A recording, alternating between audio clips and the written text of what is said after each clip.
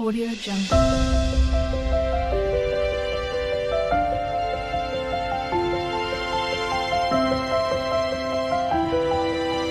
Audio Jungle. नमस्कार मंडळी, S for Shrikant Deval म्हणजे गोष्ट गावाकडची. आजच्या भागामध्ये आपण वहिनीचे प्रश्न आणि त्याची उत्तर, मी दिलेली उत्तरं, तर असा आजचा व्हिडिओ आहे. तर पाहूया आजच्या व्हिडिओमध्ये वहिनी मला काय प्रश्न विचारते. मलाच काय कळायला मार्ग येत नाही आहे. काय तिने एवढं लिहून आणलं कागदातलं आहे भला मोठा, आणि तो बोलते मी वाचणार आहे आणि तुम्ही मला त्या प्रश्नांची उत्तरं द्यायची आहेत. मला पटकन प्रश्न लक्षात येणार नाहीत, तर मी लिहून आणलं आहे आणि त्या प्रश्नांची मला उत्तर द्या. इथे जंगलामध्ये आलो मी वेगळ्याच कामासाठी, ते तुम्हाला नंतर कळेलच. आणि ती बोलली इथेच मला प्रश्न विचारायचे आहेत. तर चला आता वहिनींचे प्रश्न काय आहेत आणि त्या संदर्भात मी त्याची उत्तरं देणार आहे. आता हे प्रश्न थोडेसे खाजगी आहेत, थोडेसे माझे मनातले आहेत. चला तर मग आपण आता ते प्रश्न काय आहेत आणि त्याची उत्तरं मी कशी देतो ते आपण आता पाहू. मोठं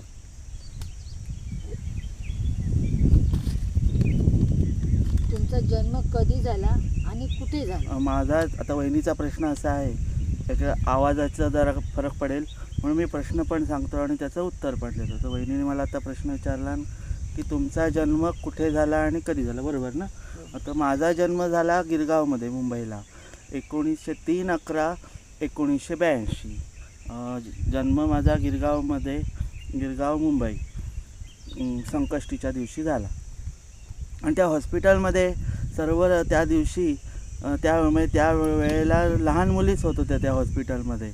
मुलगा असा होतच नव्हता आणि त्यावेळेला मोजका माझा जन्म झाला. तर सगळ्या त्या नर्स होत्या, त्यांनी मला अगदी अख्खं हॉस्पिटल मला म्हणजे फिरवूनच आणलं. असं म्हणजे मला आई मला म्हणाली, म्हणून मी आता सांगतो. दुसरा प्रश्न, गिरगावमध्येच म्हणजे गिरगावमध्ये नातेवाईक होते म्हणून तिकडे की? हां, गिरगावमध्ये नातेवाईक होते. आणि कसं आमचं आता हे गाव आहे, हे खेडेगाव आहे आणि चे हॉस्पिटल वगैरे इथे लांब आहेत. आणि गिरगावला कसे नातेवाईक आहेत, आईचे चुलत दीर वगैरे तिकडेच होते. तर ते म्हणाले की तुम्ही इकडेच या आणि आपण इकडेच करू, काकी वगैरे आमची. तर त्यांनी आईला सपोर्ट केला आणि मग माझा जन्म तिथे झाला. तुमचे शिक्षण किती झाले? माझं शिक्षण आता आणि कुठे झाले? अच्छा, माझं शिक्षण किती झालं आणि कुठे झालं, तर माझं शिक्षण झालं 9वी पर्यंत. आणि मी शिकलो गावामधूनच, मराठी माध्यमिक शाळा झालखंड.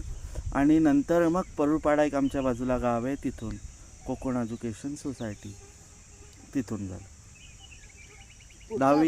10वीपर्यंत. आता तसं बघायला गेलं तर पुढचं शिक्षण मला परिस्थितीमुळे करता आलं नाही, कारण आमची परिस्थिती तेव्हा बिकट होती. माझे वडील माझ्या लहानपणीच वारले आणि सर्व जबाबदारी आईवरती पडली.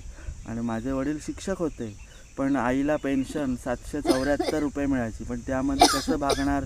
तर मी शिक्षण तेवढंच केलं. सगळंच आईला बघायला लागायचं ना. पुढे का शिकला नाही? हां, तेच पुढे आता आता उत्तर त्याचं मी तेच दिलं ना, की परिस्थितीमुळे मला पुढे शिकताच आलं नाही, कारण 774 आईला पेन्शन पडलं. वडील शिक्षक होते आणि ते जरा एका मोठ्या आजारातून वारले. तर त्यामुळं माझं शिक्षण थोडंसं कमी झालं. शिक्षणाची आणि शिकायची मला खूप इच्छा होती, पण आता परिस्थितीमुळे कसं शिकता येणार ना. घरातलं सगळंच बघायचं, आईवरती तरी किती जबाबदारी देणार, म्हणून. तुम्हाला पुढे कुठे फिरायला आवडतं? म्हणजे बाहेरच्या ह्याच्यामध्ये, बाहेर महाराष्ट्रात किंवा बाहेर. मला सर्वप्रथम माझं एक आवडण्याचं ठिकाण म्हणजे मला बर्फाचे डोंगर बघायचे आहेत. ते माझं एक ठिकाण माझं राहून गेलं आहे. आणि तसं बघायला गेलं तर गोवा हे मी अजूनपर्यंत बघितलेलं नाही आहे. बाकी तिकडे जाऊन सुद्धा? हां, त्या परिसरात तिथपर्यंत मी गेलो आहे. अगदी केरळ, कन्याकुमारी सुद्धा माझी झालेली, पण गोवा राज्य माझं बघून नाही झालं. गोवागरला वगैरे तिकडून तर जवळ आहे ते. हां, माझ्या आजोळ्यावरून गोवा हे जवळ आहे. कन्याकुमारीला आम्ही ट्रिपला गेलो होतो तेव्हासुद्धा माझं कन्याकुमारीने बघून झालं, पण गोवा राज्य आणि गोवा ते बीच वगैरे ते मला बघता आले नाहीत. अजूनपर्यंत. हे माझे 2 तरी विष आहेत की पुढे जमल्यास गोवा आणि बर्फाचे डोंगर आणि जमल्यास बाहेरच्या देशामध्ये फिरायचं. आता बघूया हे क्षेत्र मला कुठपर्यंत नेतं आहे त्याच्यावरती अवलंबून आहे. जर देवाची इच्छा झाली होईल युट्यूबच्या तर माध्यमाने होईल. होईल. हां, सर्वात जास्त गोड पदार्थ तिखट पदार्थ कोणता आवडतो? अरे बापरे, सर्वात जास्त गोड आणि तिखट पदार्थ तसं बघायला गेलं तर मला सगळेच आवडतात. गोड पण आवडतात. जास्तीत जास्त कोणता हां, आवडतो? तर जास्तीत जास्त गोड पदार्थ मला श्रीखंड आवडतं. गोड पदार्थ आणि तिखट पदार्थ तू म्हणशील तर तिखटमध्ये मला पावभाजी खूप आवडते आणि मेन म्हणजे वडापाव. वडापाव. हां, वडापाव तर माझा ऑल टाईम फेवरेट आहे. मला वडापाव तुम्ही कधी पण द्या, मी तो खाऊ शकतो, असं आहे. तुम्हाला माझं लक्ष आता वरती काय मी तुम्हाला सांगतो, वरती ना छोटे छोटे असे आंबे आहेत, त्याच्याकडे माझं लक्ष एक वरती आंबे पण बघतोय आणि त्याची उत्तरं तुम्हाला देतोय. ते नंतर तुम्हाला मी दाखवतो. ते आंबे बघा किती छान आहेत ते. तुम्हाला कुकिंगचा का आवड निर्माण झाली? म्हणजे चॅनेल मी कुकिंगचा तसा का काढला? दुसरा का काढू शकले नाही? हां, कारण कुकिंगचं आता कसं आहे सांगू, कुकिंग हा चॅनेल आहे हा महिलासुद्धा करतात कुकिंग. पण जेंट्स लोक हां, आणि जेंट्स लोक म्हणजे पुरुष लोक कुकिंगचं चॅनेल कमी काढलं आहे बघ. कुठल्याही क्षेत्रामध्ये जेंट्सचं कुकिंगचं चॅनेल कमीच आहे. तर माझ्या मनात असं आलं, आधी मला वहिनीचाच खरा चॅनेल काढायचं होतं, तिला मी दाखवणार आणि ती करणार असं माझा प्लॅन होता. पण विषय आमच्या दोघांच्यातच, आता हे आपल्या दोघांच्यातच विषय झाला की वहिनीच म्हणाले की नाही आपण मी करण्यापेक्षा ना तुम्हीच करा. कारण तसं बघायला गेलं तर कुकिंग हे पुरुष कमी करत आहेत आणि महिला कमी जास्त करतात. तर आपण काहीतरी वेगळं करायचं, कुकिंग पुरुष करणार. तर म्हणून मी कुकिंगचा चॅनल करावं. तसं बघायला गेलं तर मला बहुतेक पदार्थ येतात, बहुतेक पदार्थ मी बाहेरून म्हणजे बघून शिकलो कसे करायचे ते. आणि पहिलंच तुम्हाला तर सांगायचं झालं तर पहिला पदार्थ मी जो केला तो बटाट्याची भाजी, भात आणि गोडं वरण. ते सुद्धा घरात आई नसताना केलेलं आहे मी. घरात दुसरं बहीण भाऊ नसताना तुम्हाला एक हो, आणि तसंच आणि मी घरामध्ये मी एकटाच, आम्ही तिघंजण म्हणजे माझे वडील, आई आणि मी, आम्ही तिघंजण, मी एकटाच. त्यामुळं कसं की आई पेन्शनला वगैरे बाजूच्या गावामध्ये चोंडी म्हणून गाव आहे तिथे गेली का मग आईला यायला उशीर व्हायचा. कधी कधी मी आईच्या बरोबर जायचो, तर यायला आम्हाला उशीर व्हायचा. मग काय करायचं, चल पटकन. मग आई कंटाळाची. मग आईला म्हटलं चल मीच करून बघतो ना काय करायचं ते. मग एक दिवस आई पेन्शनला गेली असताना मी गुपचूप मीच जेवण करून ठेवलं आणि ते जेवणामध्ये मीठ माझं झालं जास्त भाजीमध्ये. तर आईला मी म्हटलं आई भाजी कशी झाली गं? हां ठीक झाले, बरी झाले, हां छान झाले. आणि नंतर जेव्हा मी खाऊन बघितली तेव्हा मग आईला म्हटलं काय तू मला बोललीस, अगं मीठ कमी आहे जास्त आहे त्याच्यामध्ये या भाजीमध्ये.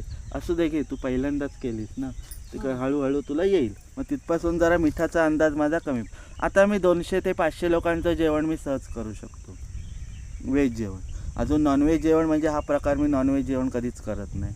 मेन म्हणजे आम्ही ब्राह्मण, मी करू शकत नाही नॉनव्हेज जेवण आणि करायला कठीण पण असतं. आणि मेन म्हणजे आम्ही व्हेजिटेरियन आहोत. ब्राह्मण समाजामध्ये व्हेज जेवणाला जास्त प्राधान्य दिलं जातं म्हणून.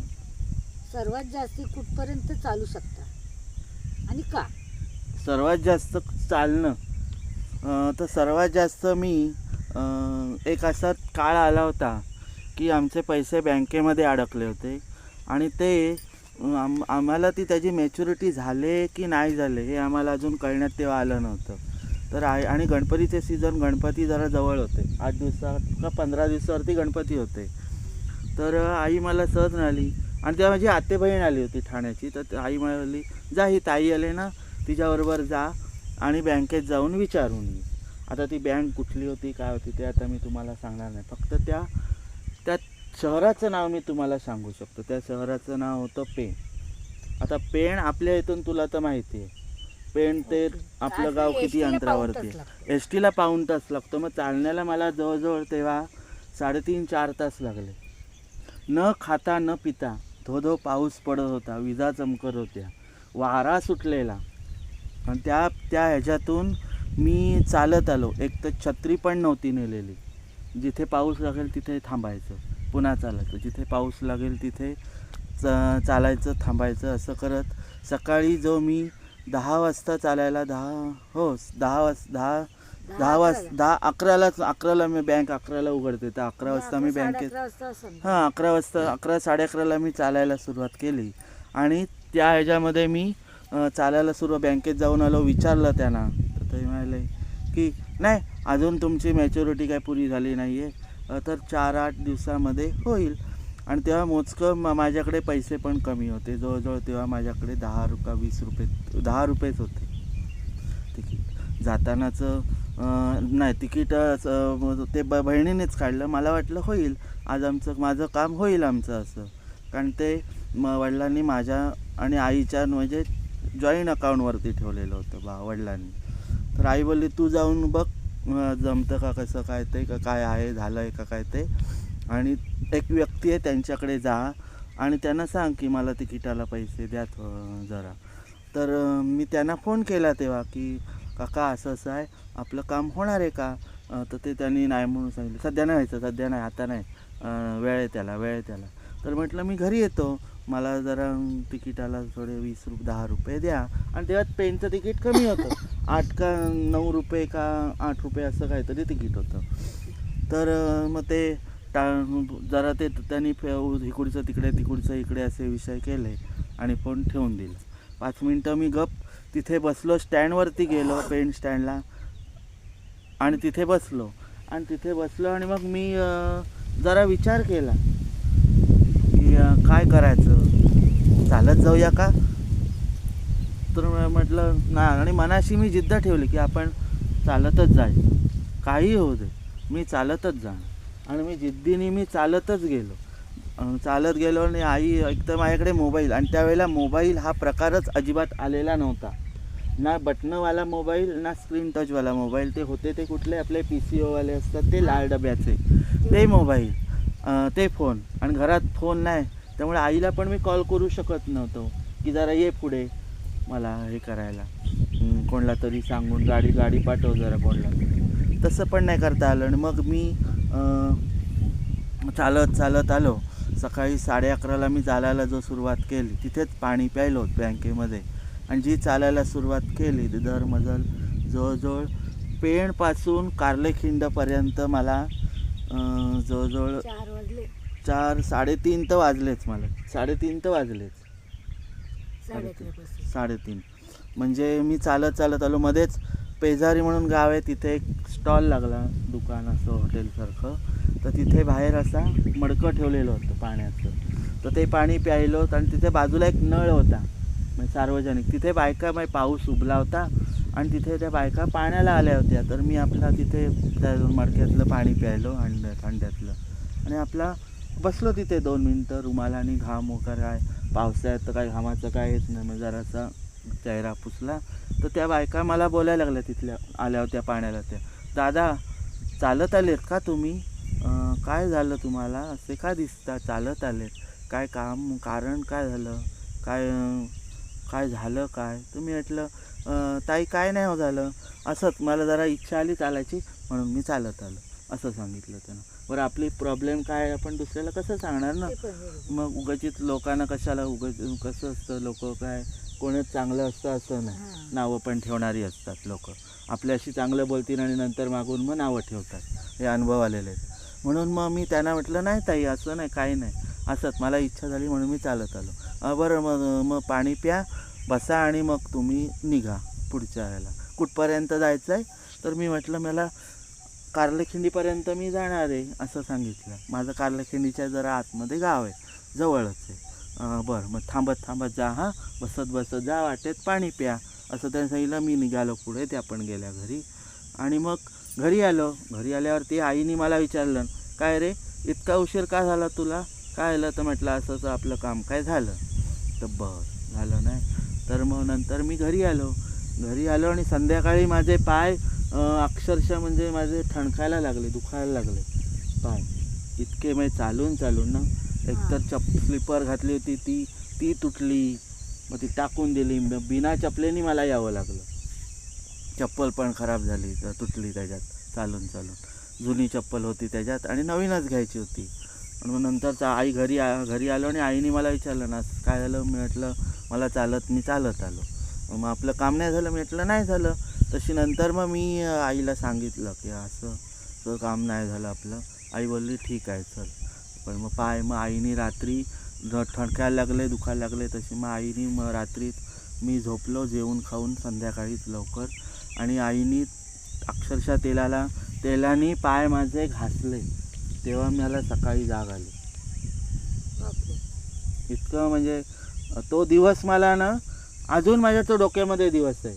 आणि त्या व्यक्तीशी त्या फॅमिलीशी आई पण बोलत नव्हती आणि मी सुद्धा बोलत नाही अजूनपर्यंत. जरी समोरून जरी ती व्यक्ती आली ना तरीसुद्धा आम्ही मानं तरी फिरतो नाही तर तिथली जागाच चेंज करतो. ती व्यक्ती बोलायला आम्हाला बघते आमच्याशी बोलायला बघते पण आम्हीच लक्ष देत नाही. इकडून तिकडून आमची चौकशी करते कशी आहेत ती लोक बरी आहेत ना असं. पण आम्हीच जात नाही. आणि आईने तर तोंडावर मला आई मरायच्या वेळेला तर तू होतीसच. आई जेव्हा आईने जीव गेला आईचा तेव्हा वारली तेव्हा आईने तर अक्षरशः सांगितलं बघितलंच ना हा व्यक्ती आला तर माझ्या डोक्यावरती अक्षरशः कापड घाला. माझा थोबाडसुद्धा त्यांना दाखवायचं नाही आणि त्यांना बोलवायचं सुद्धा नाही असं आहे. पुढचा प्रश्न आहे का काही आहे वाटतं अजून जळलं किती आहे अजून कोण असतं तुमच्यावर जास्त जीव लावणारी घरातून व्यक्ती कोण? आता जास्त जीव लावणारी म्हणजे कोण आहे ती तूच आहेस. जास्त कोण आता लावणार घरातून आता कोण आहे घरामध्ये? आता त्या म्हणजे तसं बघायला गेलं आई वडिलांच्या ह्याच्यामध्ये भावंडांच्या हां आई वडील जास्त जीव लावण्यामध्ये आत्ते बहिणी भावंड. आत्ताचं बघायला गेलं तर आता जास्त जीव लावायला तू. आणि त्याच्या आधी लग्नाच्या आधी जीव लावणारी माणसं म्हणजे आई वडील आणि आत्ते बहीण. आई वडिलांच्या ह्याच्यामध्ये जास्त जीव लावणारी दोघं जण होती. दोघं जण म्हणजे वडील कसे आई कशी जरा प्रेमाने हे करायची. वडील जरा काय चुकलं का लगेच मारायचे म्हणजे ते काय एवढं प्रेमाने मारायचे असं नाही प्रेमाने मारायचे. मग काय चुकलं असलं तरी हे असं नाही करायचं चांगलं करायचं वाईट नाही करायचं. डॉगी हे बघा आमच्याकडे एक नवीन पाहुणा आला आमच्याबरोबर. हा बघा डॉगी तो पण ऐकतो. तो आम्हाला शोधत आलाय. आम्ही आता इकडे बसलोय ना शोधत आलाय. पुढचं नेक्स्ट वाला थांब बाबू. तुम्हाला मित्र किती आहेत आणि जवळचे किती? अरे बापरे. आता जवळचं बघायला गेलं तर भरपूरच आहेत आणि मित्र बघायला जाशील ते पण भरपूर आहेत. आता म्हणजे खास असं तुमच्या हां आता तुला टोटल सांगतो. आता तसं बघायला गेलं तर फेसबुकवरती माझे जवळजवळ 800 फ्रेंड आहेत. हां व्हॉट्सअपवरती पण आहेतच. आणि तसं बघायला जवळचे मित्र गेले तर बघायला माझे मित्र आत्ताच्या लहानपणापासूनचे शाळेतले माझे मित्र आहेत. लहानपणापासून तुम्हाला एक जीवाला जीव देणं. शाळेतून जर बघायला गेलं तर तसे 5-6 मित्र आहेत शाळेतून. पण ते आता कुठे आहेत कसे आहेत काय माहिती अजून कॉन्टॅक्ट तरी काहीच नाही. आणि आज नवीन मित्र झालेल्यातले ते पण 4-5 आहेत. पण ते आमचं फक्त व्हॉट्सअप चॅटिंग आणि कॉल एवढंच. भेटाभेटी अजिबात नाही. आणि आणखीन काही मित्र आहेत आणि खास फ्रेंड म्हणून बोलायला गेलं तर असं बाजूच्या गावामध्ये एक फ्रेंड आहे तो एक आणि दुसऱ्या बाजूच्या गावामध्ये 2 फ्रेंड आहेत. पूर्णपणे खास असं तुम्हाला अगदी पूर्णप्रमाणे आहे. एक असं आहे बघा आठवण करा तुम्हाला लक्षात असेल नसेल तुम्हाला सांभाळून घेणारा. हां सांभाळून घेणारं तसं आहे गावामध्ये आहे एक फ्रेंड की त्यांनी मला ना जवळजवळ सुखात पण साथ केली आणि दुःखात पण साथ केली. आता मी त्याचं नाव नाही घेणार आहे कारण त्यांनी मला सपशेल सांगितलं अशा काही गोष्टी येतील की त्याच्यामध्ये माझं नाव घेता कामा नये. तर म्हटलं चालेल नाही मी घेणार. पण त्यांनी मला अशी साथ दिली ना की जेव्हा माझी आई वारली आणि तेव्हा माझ्यात म्हणजे मी अर्धा मरूनच गेलेलो होतो. तर ते वहिनीला माहिती आहे माझी परिस्थिती काय झाली होती ती तुम्हाला नंतर सांगेलच की अशी परिस्थिती आली होती की मला काही सुचतच नव्हतं आणि मी गप्प बसायचो. मी एकदा असंच त्याच्या तिकडे गेलो होतो. तो कामाला बाजूच्या जरा एरियामध्ये जातो कामाला जागी आणि तिथं अरे बापरे पडायला आता तिथे तो कामाला जातो होता आणि मी सहज तिथे असं बसायला म्हणून त्याला भेटायला म्हणून असाच गेलो. तर तो त्यानेच मला फोन करून सांगितलं, अरे कुठे आहेस, जरा ये, मी तुला बघितलं नाही, बरेच दिवस भेटलो पण नाही आपण, तर येऊन जा. मी म्हटलं ठीक आहे, येतो आहे. गेलो आणि मी जसं तो काम त्याचं तो काम करत होता, तर म्हटलं हा काम करतोय मग आपण कशाला मध्ये मध्ये बोलायचं. तर म्हणून मी गप्प बसलो. तर मला त्याने विचारलं, काय रे गप का, असं भारी एरवी तू असं खोड्या काढतोस, विनोद करत असतोस, बोलत असतंस, काय काय काय काय इकडच्या तिकडच्या आपल्या गोष्टी रंगतात, आणि तू आज गप का, आता बाई गेल्यापासून तू ना गप्प आहेस का, काय झालं, कोण काय बोललं, वहिनींचं आणि तुझं काय खटकलं आहे. तर म्हटलं नाही, वहिनीचं आणि माझं कशाला खटकेल. तशी मग बोलतो काय झालं आहे. आणि मग जेव्हा त्यांनी माझे डोळे बघितले तर बोलतो काहीतरी मला ना प्रॉब्लेम दिसतो आहे. म्हणून मग मी त्याला जे होतं ते सांगितलं. तशी मग त्यांनी सांगितलं की हे बघ, दुःख हे दरवर्षी प्रत्येकाला येतं, पण त्याच्यातून कसं सावरायचं हे आपण शिकायला पाहिजे. आपल्याला कसं शिकता येईल ते आपण शिकायला हवं. म्हणून म्हणजे आपण शिकायला, तर त्याच्यातूनच आपण शिकायचं, आपण त्याच्यातूनच शिकायचं की दुःखातून कसं सावरता येईल. सगळ्यांवरती दुःख येतं, कोण काय सुखात आहे असं नाही, सगळ्यांवरती दुःख येतं, पण सगळ्यांनी सगळं सावरायचं. कसं काय जे पुढे येईल ते आपण शिकत जायचं, त्याच्यातूनच आपल्याला शिकायचं आहे असं. तर म्हटलं म्हणजे मला तुझा बोलण्याचा अर्थ मला अजून काही कळत नाही. तशी बोलते तू ट्राय कर, शिकणं, एक दुःख सावरायला प्रयत्न कर. बाई गेल्या त्या काय आता परत यायच्या नाहीत, पण त्यांच्या आठवणी तर तुझ्याकडे आहेत ना. तर म्हटलं हो, त्याच्यावरतीच जगायचं आपण. आता वहिनी आहेत आणि त्याच्यावरतीच आपल्याला तुम्ही दोघं जण आहात आता, तर त्याच्यावरतीच तुम्हाला जगायचं आहे. आम्ही काय बोलले, मित्र आहोत, आम्ही तुला बोलणार, चल ठीक आहे, बाय बाय, कसं आहेस, बरं आहेस, एवढंच आम्ही करणार. ह्याच्या पुढे आम्ही तुम्हाला काय करणार, फार फार तर कसली लागली मदत तर ती करू, आहे ना. बाकी जास्त मी आता सांगत नाही तुम्हाला हा पुढचा विषय. सबस्क्रायबर फॅमिलीपैकी 2 जवळची व्यक्ती कोण? अरे बापरे, सबस्क्रायबर फॅमिलीपैकी 2 जवळच्या व्यक्ती, आता मला आठवायला लागेल. हां, सबस्क्रायबर तशा 2 नाही मी म्हणू सांगू शकत, आहेत तशा 4-5 असतील. जास्त असं जवळीकपणाने जास्त जवळीक हिराईताई, आणि त्याच्यानंतर श्रद्धा पाटील म्हणून आहेत त्या, आणि हिराईताई रेसिपी त्या, आणि गावातली फॅमिलीसुद्धा आहे सबस्क्रायबर फॅमिली. पण त्या दोघीच अशा जिवलकमध्ये का, याचं कारण? आता त्या जिवलकमध्ये त्यांचं कसं कॉन्टॅक्टमध्ये, त्यानंतर मग अजून इथं एवढे माझे सबस्क्रायबर फॅमिली झालेत, पण त्या रेग्युलर माझ्या लाईव्हला येतात दोघीजणी, आणि त्यांचं आमचं संभाषण पण चांगलं ठीक आहे, आणि बाउंडिंग आमचं एक त्यांच्यात जमलेलं आहे. प्रश्न कसे काय विचारायचे, आपलं काय जर विषय काढला कुठला, तर त्याच्यावरती त्या उत्तर देणार, मी त्यांना सांगणार काय रेसिपीच्याबद्दल असेल की ताई हां असं असं केलं तर कसं होईल, की त्या मला परत विचारतात, दादा हे करू का, कसं करायचं ते, आज ना असं असं झालं, आज काय जेवायला केलं वगैरे. आमचं ते बॉन्डिंग चांगलं आहे, म्हणून त्या दोघीजणी. आणि आणखीन सांगायचे झाले तर गावामधून एक सबस्क्रायबर फॅमिली, ज्या 2 सबस्क्रायबर फॅमिली आहेत, त्यासुद्धा एकाच घराण्यातल्या आहेत, कदम फॅमिली म्हणून.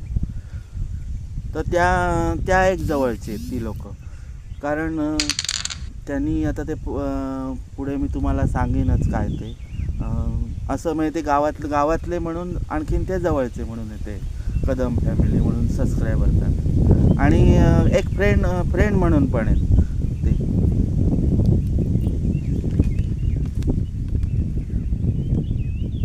वहिनीचे माहेर कुठले?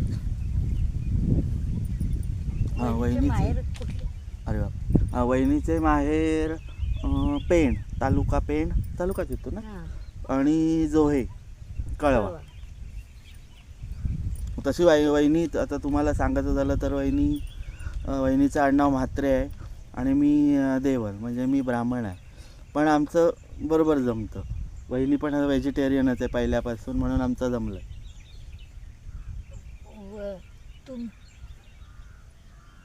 तुमचं लव्ह मॅरेज की अरेंज मॅरेज?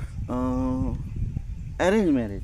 लव्ह मॅरेज असं नाही, अरेंज सगळ्यांना मॅरेज. तेच वाटतं लव्ह लव्ह मॅरेज मॅरेज तुमचं लव्ह मॅरेज आहे का? पण पण नाही. ते अलिबाग मधले, मी पेण मधले, आणि मी गावाला राहिली नाही. गावाला 10वी पर्यंत राहिली, नंतर मुंबईला होती. त्याच्यामुळे झालकणमधले श्रीकांत देवलचं आणि माझं नातं असं लव्ह मॅरेजचं नाहीच आहे. आम्ही भेटगाठ आमची झालेली नाही आहे, तेही मी तुम्हाला सांगते. आणि नाही तर ते काय पण करणार? हेच सांगणार, श्रीकांत देवल ही पण तेच सांगणार, असं सांगणार ना आमचं लव्ह मॅरेज आहे. आमचं लव्ह मॅरेजच नाही, अरेंज आम्ही दोघं मॅरेजच आहे. एकमेकांना ओळखत पण कारण नव्हतो. विचारून म्हणजे असं बघण्याचा कार्यक्रम आमचा झाला होता, आणि त्यावेळेला बघण्याच्या कार्यक्रममध्ये तर वहिनीने पोहे द्यायला पाहिजे होते, पण वहिनीने मला मारीगोल्डचा पुडा दिला होता खायला. आणि तसं सांगायचं म्हणजे आम्ही वेडीचे हे आहेत, मच्छी न खाणारे आहेत, व्हेज आहेत, म्हणून आमचं सगळ्यांना जरा वाटतो. जमलं. आणि म्हणून सगळ्यांना वाटतो की तुम्ही मी आगरी आहे आणि हे ब्राह्मण माझी आहे. अटच होती तशी की मला मी करणार ती मला व्हेजिटेरियनच हवी, मग नॉनव्हेजवाली नको, कारण आमच्या घरामध्ये नॉनव्हेज कोण खात नाही, आणि आमचे देव आहेत ते सगळ्यांनाच पण ब्राह्मण वाटलं. आता समाजातले आम्ही देव. दोघं पण ते ब्राह्मण, मी आगरी, त्याच्यामुळे ते सगळ्यांना वाटलं की लव्ह मॅरेज असेल. पण आम्ही अजिबात दोघांचेही चेहरे एकमेकांना माहीत नव्हते. जेव्हा बघायला आले तेव्हाच त्यांचा चेहरा मी बघितला.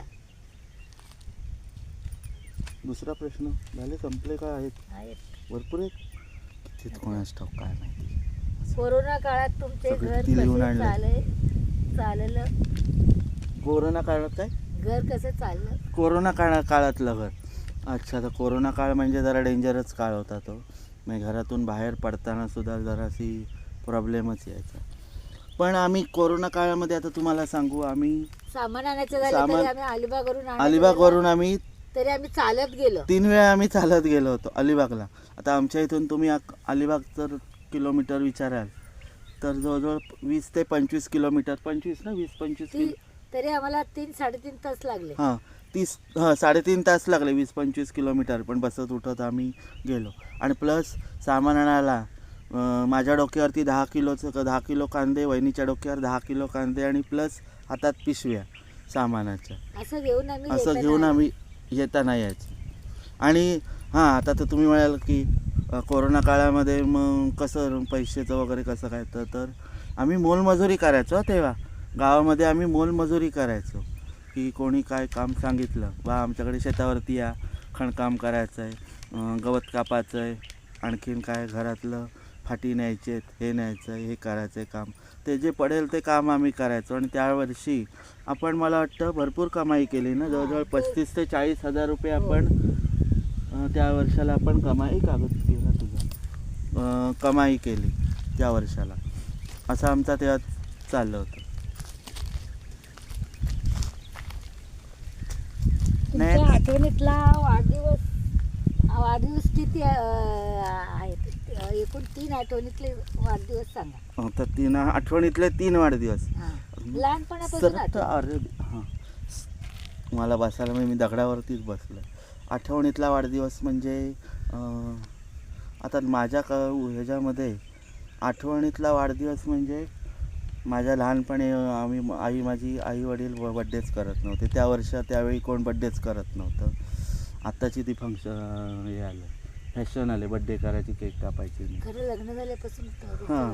मग तेव्हापासून आता 14 पासूनचे लहानपणापासून तर तुमचा वाढदिवस नाही. बरोबर. लग्न झालं त्या वर्षाला माझा पहिला वहिनी आली घरी, त्या वर्षाला माझा कितवा वाढदिवस होता? जवळजवळ 32वा वाढदिवस, 32-33वा वाढदिवस आम्ही केला होता. तेव्हा त्या वर्षाला मला वहिनीने कपडे घेतले होते मला आठवतं. आणि केक कापलेला आम्ही. आणि नंतर दुसरा वाढदिवस जो केला आठवणीतला, कोरोनातला केला. आता तेव्हा केकचे पण वांदे होते, शॉप सगळे बंद होते.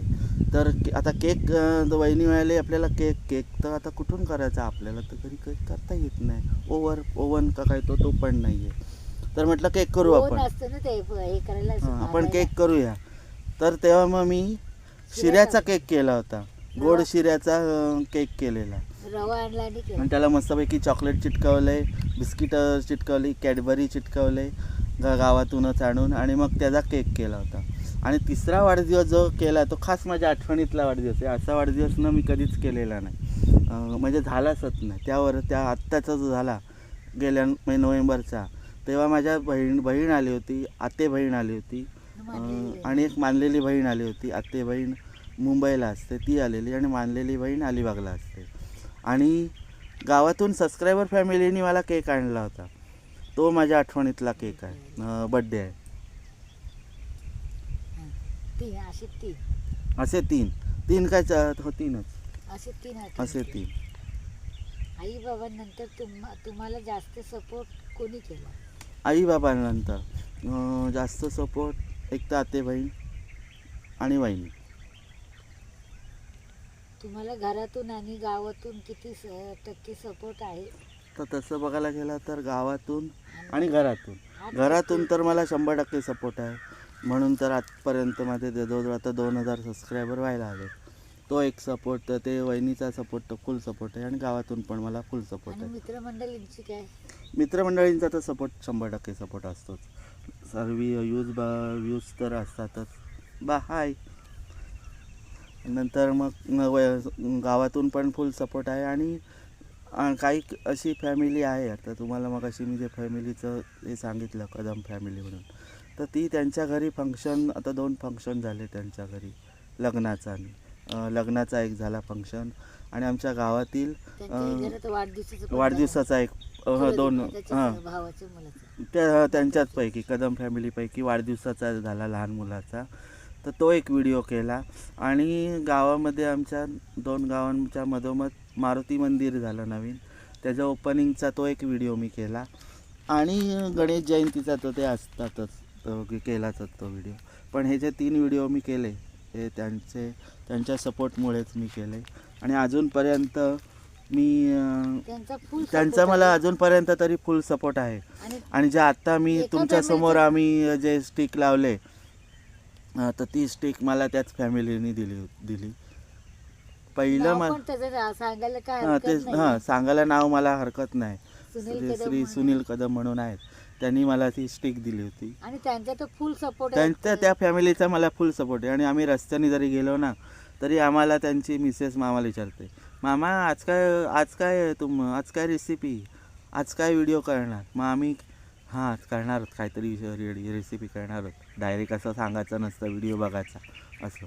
म्हणून आम्ही असं त्यांना सांगत असतो. आणि ती फॅमिली मला मामाच हाक मारते, वहिनीला मामी हाक मारते. असं कोण ना कोणतरी प्रेमाने असं हाक मारत असतं. आता तसं बघायला गेलं तर आम्ही मामा म्हणण्याच्या ह्याच्यातले काही नाही होत, पण ते आम्हाला मामा हाक मारतात.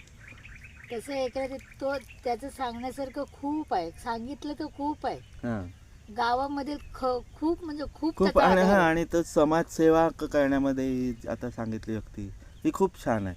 म्हणजे काही असू दे, तो पुढाकार त्याचा पहिला असतो.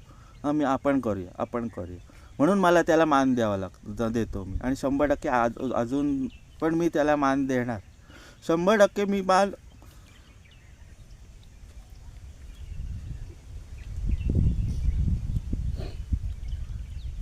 पण 100% आमच्या दोघांकडून तर त्याला 100% तरी मान आहेच. आणि तो असणारच. सपोर्ट तर आमच्या दोघांकडून असणारच त्याला 100%. तो फुल मोठ्या भावासारखा करतो. पुढचं संपले? बाप केवढे प्रश्न विचारले बघा, तरी कधी वेळ गेला कळलंच नाही. तर मंडळी आता तुम्हाला आंबे दाखवायचेत नाही ना?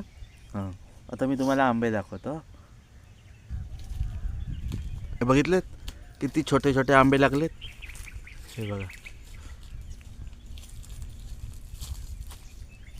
मग माझं लक्ष ना आंब्यांकडे. आणि वहिनी बघा, आता हे बघा. तर काय बोलायचं याला, अजून छोटे आंबे आहेत आणि तरीसुद्धा ती आंबे काढत असते. काय बोलणार?